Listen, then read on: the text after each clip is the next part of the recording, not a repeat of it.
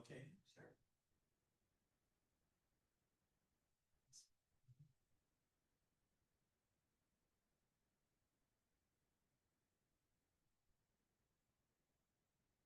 Well, I was going to tell you that this talk is partially brought to you by Audrey, but that's really always true. That's always true. She knows how to type and work the computer better and all these kinds of things.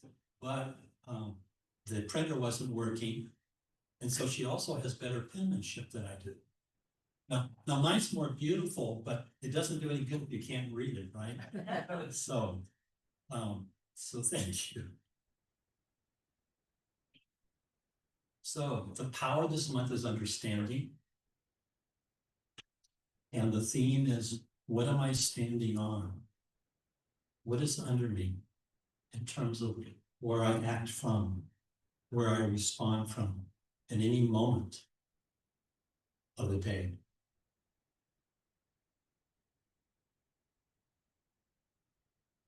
And like in Jeff's song, which was beautiful,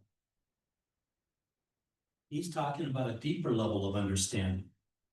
And that's what we're doing when we work with these powers each month.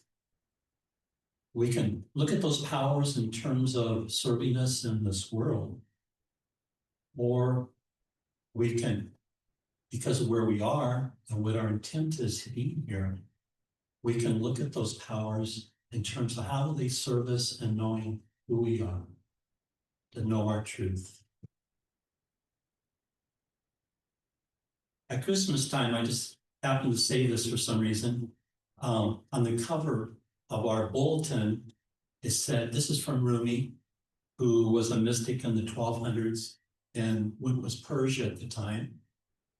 If light is in your heart, you will find your way home. Now, the catch is that that light is always in your heart. It's always in my heart, but we don't know it. And so we operate from a place of being separate from that light, separate from our truth. In Jeff's song, I'll be there, no matter what those situations were. And also Jeff was saying, I am there, no matter what we are experiencing, what we are going through. And because that oneness, as we've affirmed through our prayers, is love, because the core of you and I is love, that we all are always being pulled towards that truth of who we are. Our experience of pain and fear and lack of any kind, our experience of anxiety of any kind, comes from this perception within me that I am separate. I'm separate from what I need in this moment. Like even with this talk this morning, there was an opportunity to make a choice. All of a sudden, when I took out my notes to review them, it was like, I had no idea why it was on those cards, why it was there. It was not what I was thinking I was going to talk about.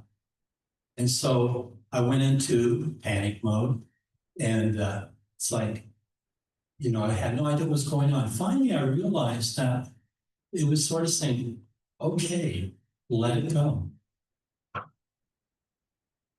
What is your truth, Michael? I can choose fear, which is to believe that I'm a body, that you and I are bodies. These bodies, all physical reality is nothing but a symbol of that consciousness, belief that we are separate from the wholeness, from the eternalness of who we are, from the oneness of who we are. Like even before getting up here, it's like I have a choice. Do I want to just see what my eyes, my senses tell me? Or do I want to open up to something greater? Do I want to see you in that oneness, in that truth? And a little later, I'll read about that from another mystic named Bulleh Shah, who in the late 1600s and 1700s came from northern India. And basically he was saying is that in truth, God is in every single one. And I have a choice. I have a choice to believe what my senses are telling me, what my limited senses are showing me, or I can take what is being given to us through Jesus, through mystics, about what our truth is. And I can say, okay, show me, help me to experience the truth of you. Not what I'm seeing, but your truth. Show me how to see love, not fear and competition. Show me how to see that you are the wholeness, that you are the love, and ultimately that you and I are one. That this dream is literally a dream. And one of the reasons I choose mystics and choose Jesus, mainly through his writings and the Course in Miracles and some of the other channeling that comes with that, is because they're sharing from a consciousness of pure spirit. And they've been sent down by the oneness into our dream of separation, of lack, to gently awaken us, to awaken us from that dream. It's like your parent. If you were fortunate enough to have a loving parent and you were having a nightmare, they didn't shake you awake. They might have gently rubbed your forehead or your arm, but they were there to help you wake up into the truth that no, it was only a nightmare. You have nothing to be afraid of. And so that oneness, that love, sends a part of itself to a part of itself, which is you and me, to just gently awaken us that there's more beyond the senses. Oh, we have science, and you've heard me talk about this. One of the gifts of science is that at this point in time anyway, it's showing us things that go beyond the physical senses. It's showing us that there's more light that we can see, more frequencies of light, more frequencies of sound. And so our reality is very, very limited to the particular senses that we have. And then the part of the symbol of that is the fact of the two eyes. We have two eyes, which is symbolizing that we are seeing a world, a dream of opposites, of separation. The whole physical creation is being created from the laws of separation, positive, negative, up and down, light and dark.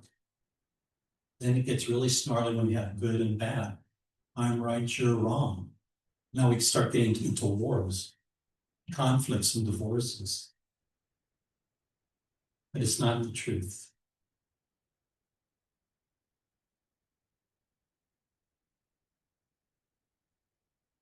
And so when the mystics come,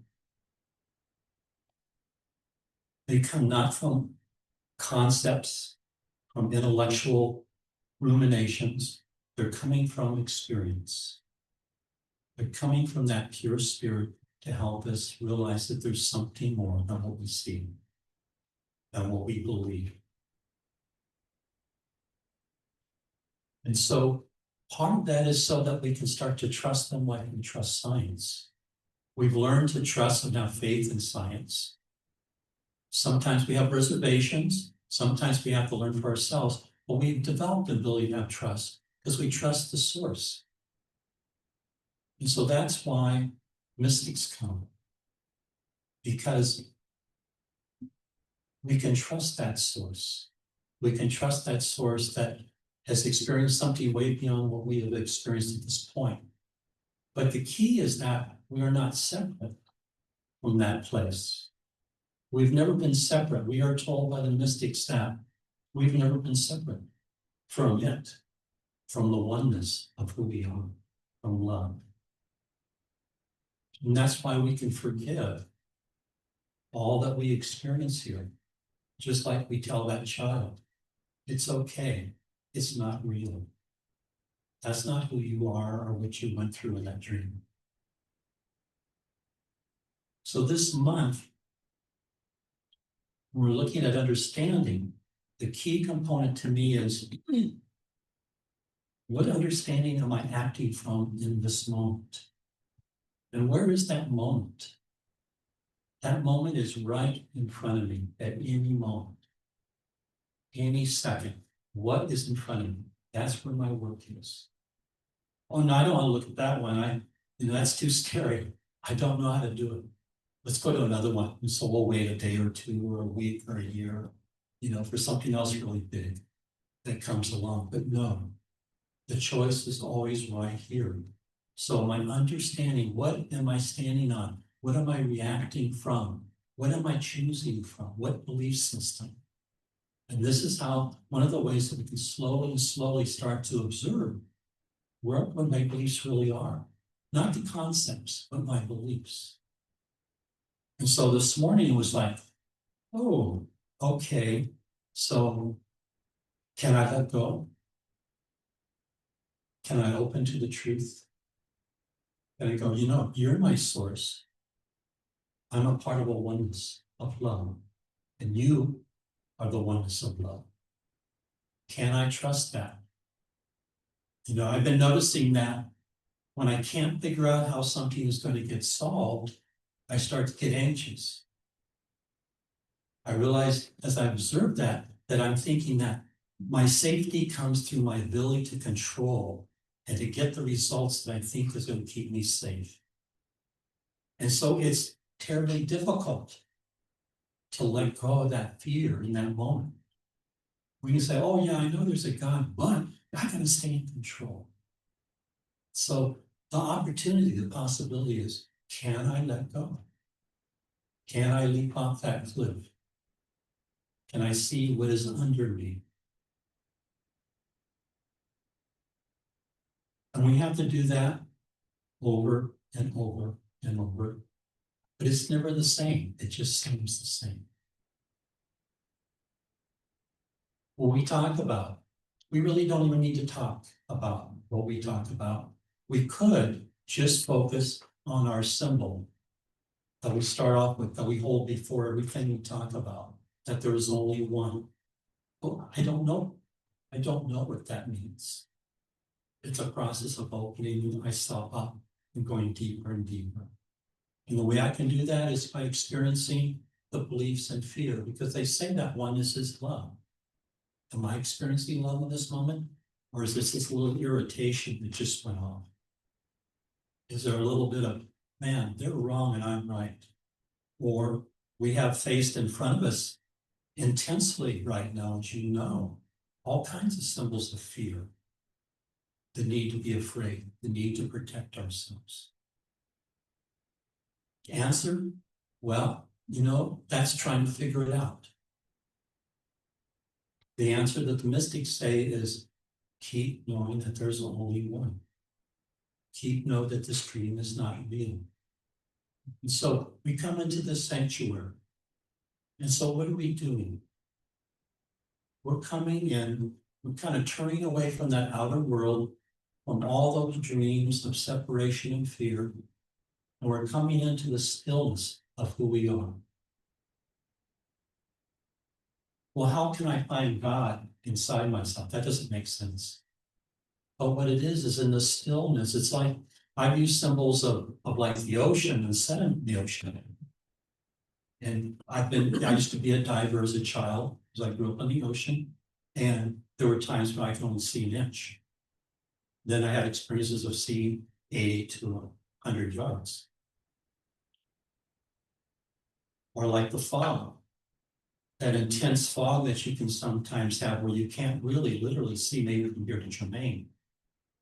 And yet as that fog lifts, all of a sudden there's another reality before my senses. So be still and know that I'm God. Not Jesus is God, but they're coming to tell us about us, who we are. Be still. So in the stillness, as we come into the stillness, slowly and slowly, the fog starts to lift, or the sediment starts to settle. And everything that's here is still here, but we start to experience it a little bit differently, a little bit differently. And I imagine you've seen that in your own lives, in terms of how you react and how you process. I imagine you've seen a gradual change. Even though it looks like we're dealing with the same fear, we aren't. It's like we're just going deeper and deeper and deeper and deeper in the expansion of who we are. I mean, it can seem really boring, always talking about the same thing. What we're doing is we're diving deeper and deeper into that truth of who we are. And that's why they come to awaken us. Let's see. Excuse me 1 second.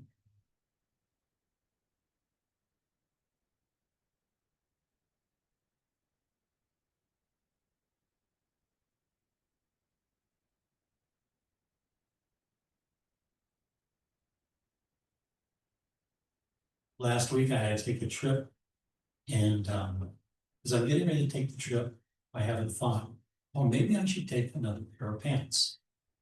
Because I'm gonna have coffee, and what if the coffee spills? You know, so that's being really wise.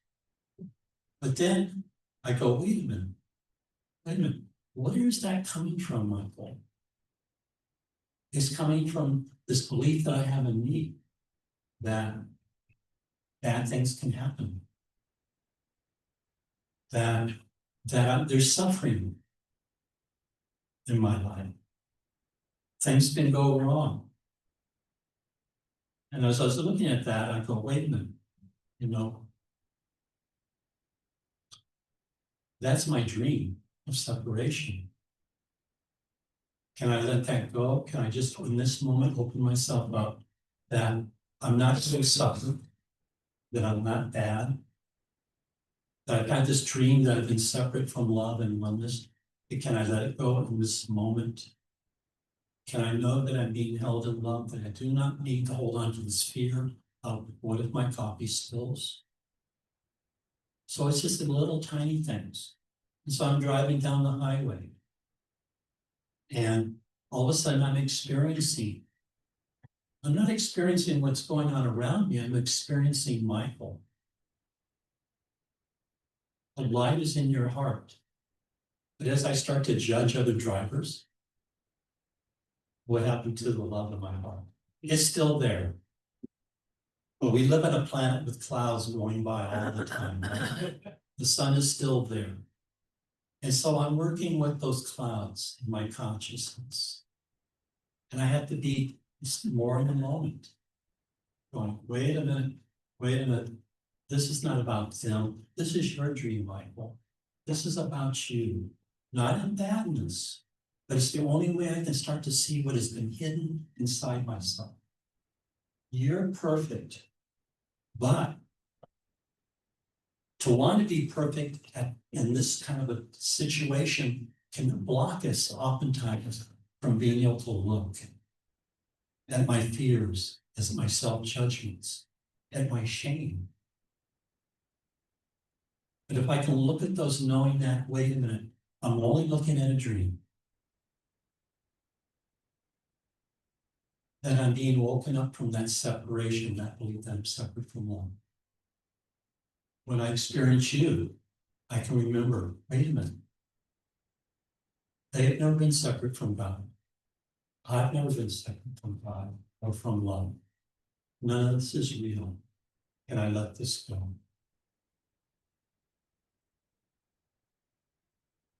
Yeah, let me just say a couple of things. We'll see.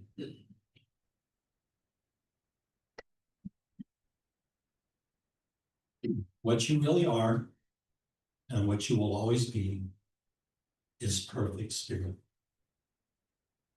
And this is what we call, like in Christianity, the Holy Spirit, the wholeness of spirit. In truth, we are the wholeness of spirit. That's the part of this that is the wholeness of God. And that's there to teach us. We can't do this through our intellect. Because you remember, we're going from the known, which is this, to the unknown, which is an expansion from the body, from death, from separation, from constant fear, into a oneness, into an eternal love. The Holy Spirit denies the ego. In other words, it's saying, no, here's another perception. You're not separate. The choice for wholeness is inside of us. We get to make that choice. I get to make that choice in each moment, as you can see. So when I talk about Bechard,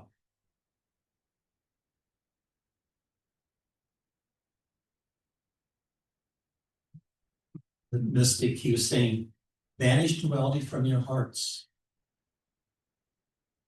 Every time I start to experience that, which is all the time, right now I'm seeing bodies. So I have to make a choice. Show me the wholeness of spirit, the wholeness of our spirit, the wholeness of our truth is there to teach us to move from the limitations of thinking we're just a body to a perception of that clarity when the fog lifts. And that's always there to help us. It's not to use the intellect, which is limited, only knows what you can see. You want to open to something that knows the truth. Look on all as holy, not as thieves. Man, no, I want to see thieves out there. I see all kinds of thieves. But what does that do? What does that do to the light that is my heart and is my truth? They say there's only God. Man, so what blocks me from that is fear. And every religion has symbols of fear. Christianity, we have the devil. And Buddhism, well, not Buddhism, but in Hinduism, you've seen pictures of deities with 6 arms, with different weapons in each hand, and a necklace of skulls. Those are all symbols about my fear. And it's my fear that keeps me from going through the fog into that truth. It says, for the Lord is in every single one. So from experience, he's saying, no, the Lord is in each single one. I can open to that wholeness of who I am. Help me see this. I don't know how to see this. I'll finish with one more thing. In the past, you've heard me use symbols that come, like, say, from Buddhism all over the East about the drop. We're the drop. We think we're just a little drop. And the journey of the drop into its wholeness, into the sea. Well, this comes from a mystic by the name of Poltu.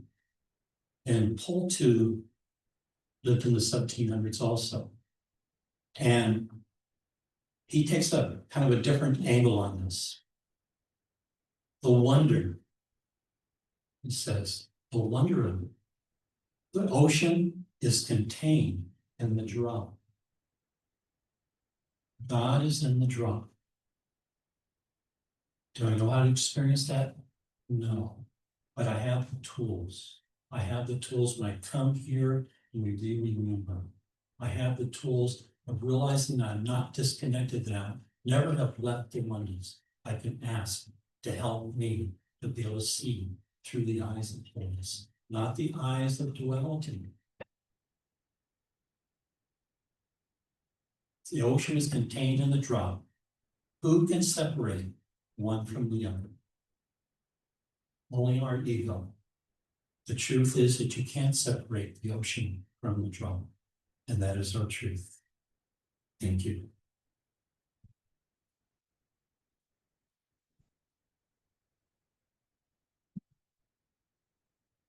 So this is our time, a time of meditation, but really it's not actually a time of meditation. It has a part of meditation in it, but it's also more of a time of, how I look at it anyway, is more of a time of prayer, which is kind of an opening to my misbeliefs and reminding myself I know the truth. And as I get deeper into that truth, then I can sit in that truth. Then I can open and quiet my mind. And I use that truth as something to hold on to, as a way to start to become still and to know our truth. So just be where you are and gently breathe. We're here through the love in our oneness.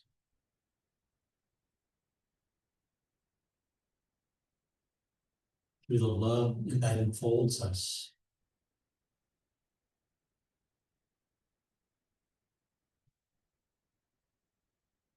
The oneness that holds us in oneness with all people. Every illusion of separation, every body that we see out in that world. We breathe and relax, and we open to the wholeness of every being, the truth of who we are.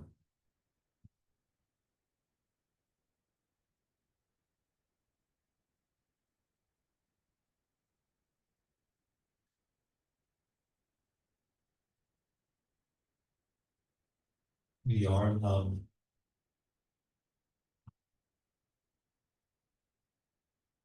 And our love is connected to every being, to every situation.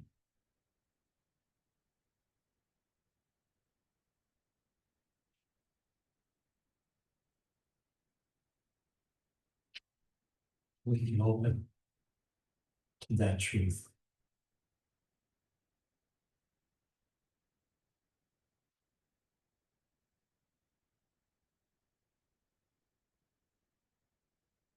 Remind ourselves when fears arise before us, through the moods, through interactions,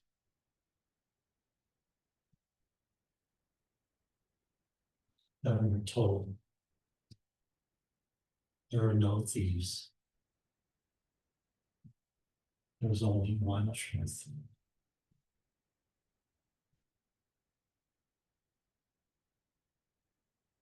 There is only God.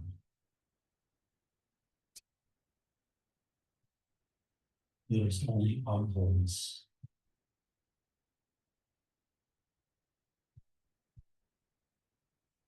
And so I can give that gift of grace, the grace that I ask for from the oneness to hold me in my truth.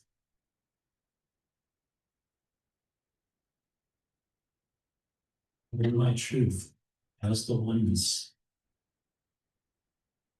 I can step beyond the limits of this body and its visions of fear and hold that truth of every being, that their core is the same as mine. That despite the scenes we're each playing in this movie of separation, we are one. We are love. And I can extend the grace of who I am and hold them no matter how ugly the character may appear. I can hold them in my truth, in our truth. In the tragedies of the world, let us remember that all is held in a greater truth. That we are not these bodies. We are the eternal body. We are beyond the illusions of coming and going. We are the oneness, the wholeness of spirit. We are spiritual beings.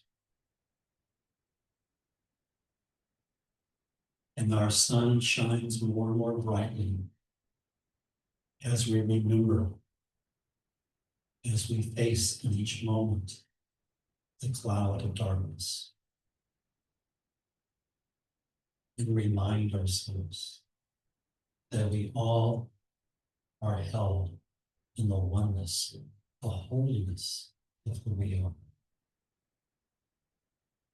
And so we can relax, we can let go, and we can let go again and again and again, for we are safe, we are loved.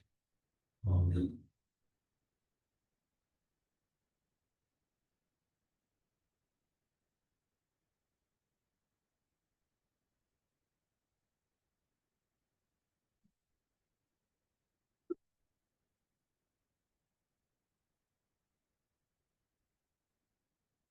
So now is the time for our prayer reflection. No one just have to stay seated. As you say these, the prayer reflection, just keep yourself in that truth of our wholeness and our oneness. And together, the light of God surrounds us. We are the light. The love of God enfolds us. We are the love. The power of God protects us. We are the power. In the presence of God watches over us. We are the presence. Wherever we are, God is, and all is well. We are one. All is well. We are one. So now let's stand and do